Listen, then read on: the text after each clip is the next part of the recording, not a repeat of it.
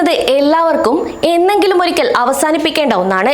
വർഷങ്ങളോളം യുഎയിൽ ജോലി ചെയ്ത് സമ്പാദിച്ച് ഒടുവിൽ പ്രവാസം മതിയെന്ന് വെച്ച് നാട്ടിലേക്ക് മടങ്ങുമ്പോൾ നമ്മളിൽ പലരും വലിയൊരു അബദ്ധം കാണിക്കാറുണ്ട്.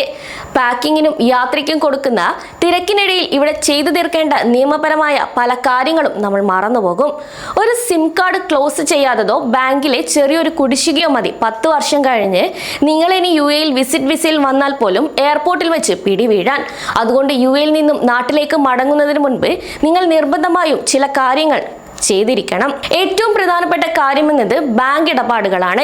അതിനാൽ പേഴ്സണൽ ലോണോ കാർ ലോണോ ഉണ്ടെങ്കിൽ അത് പൂർണ്ണമായും അടച്ചു തീർത്ത് ബാങ്കിൽ നിന്ന് നോ ലയബിലിറ്റി സർട്ടിഫിക്കറ്റ് നിർബന്ധമായും കൈപ്പറ്റണം. മറ്റൊന്ന് ക്രെഡിറ്റ് കാർഡാണ്. കാർഡ് കയ്യിലുണ്ടെങ്കിലും ഉപയോഗിക്കുന്നില്ലല്ലോ എന്ന് കരുതി പലരും അത് ക്ലോസ് ചെയ്യില്ല. എന്നാൽ ഇതിന്റെ ആനുവൽ ഫീസും മറ്റും ചേർന്ന് വലിയൊരു തുകയായി ഇത് മാറാനുള്ള സാധ്യത കൂടുതലാണ്. അതുകൊണ്ട് കാർഡുകൾ ക്യാൻസൽ ചെയ്ത് അതിന്റെ കൺഫർമേഷൻ ലെറ്റർ നിർബന്ധമായും വാങ്ങിക്കണം. മറ്റൊരു പ്രധാന കാരണം ബാങ്ക് അക്കൗണ്ട് ക്ലോസിംഗ് ആണ്. വെറുതെ സീറോ ബാലൻസ് ആക്കി വിട്ടാൽ മാത്രം പോരാ, ബാങ്കിൽ നേരിട്ട് പോയി അക്കൗണ്ട് ക്ലോസ് ചെയ്യാനുള്ള അപേക്ഷ നൽകണം. കൂടാതെ നാട്ടിലെത്തിയ ശേഷം ആ അക്കൗണ്ടിലേക്ക് വരാനിരിക്കുന്ന ഏതെങ്കിലും ഇൻഷുറൻസ് തുകയോ മറ്റോ ഉണ്ടെങ്കിൽ അത് ട്രാൻസ്ഫർ ചെയ്യാനുള്ള സൗകര്യം കൂടെ ചെയ്തിട്ട് വേണം പോകാൻ. മറ്റൊന്ന് ടെലികോം ആൻഡ് യൂട്ടിലിറ്റി കണക്ഷനുകളാണ്. അതായത് യുഎ വിട്ടു പോകുമ്പോൾ നിങ്ങളുടെ പോസ്റ്റ് പെയ്ഡ് കണക്ഷനുകൾ കൃത്യമായി ക്യാൻസൽ ചെയ്യണം. മിക്ക ആളുകളും ചിന്തിക്കുന്നത് സിം കാർഡ് ഊരി ദൂരെ എറിഞ്ഞാൽ പ്രശ്നം തീരില്ല എന്നാണ്. പക്ഷെ ഇവിടെ പ്രശ്നം തീരില്ല, മറിച്ച് ഇത് കനത്ത നിയമ നടപടികളിലേക്കാണ് നീങ്ങുക. കൂടാതെ വൈഫൈ കണക്ഷനുകളും ലാൻഡ് ലൈനും സറണ്ടർ ചെയ്ത് ക്ലിയറൻസ് സർട്ടിഫിക്കറ്റ് വാങ്ങിക്കുകയും വേണം.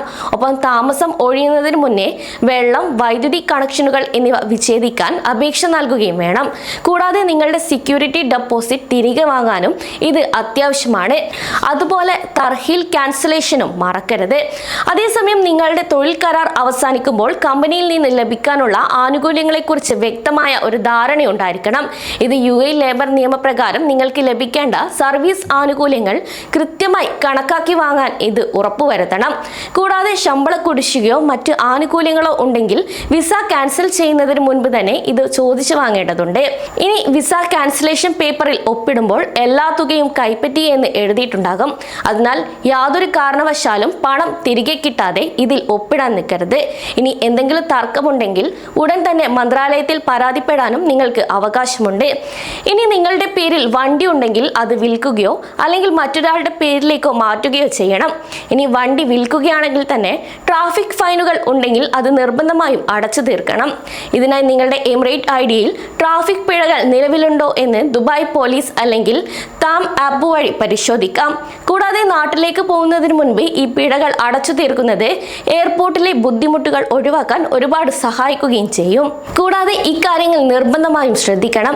കാരണം പ്രവാസ ജീവിതം കഴിഞ്ഞ് മനസ്സമാധാനത്തോടെ നാട്ടിൽ വിശ്രമിക്കാനാണ് മിക്ക ആളുകളും ആഗ്രഹിക്കുന്നത്. അതുകൊണ്ട് മുകളിൽ പറഞ്ഞ കാര്യങ്ങളിൽ ഒരു ചെറിയ വീഴ്ച പോലും വരുത്തരുത്.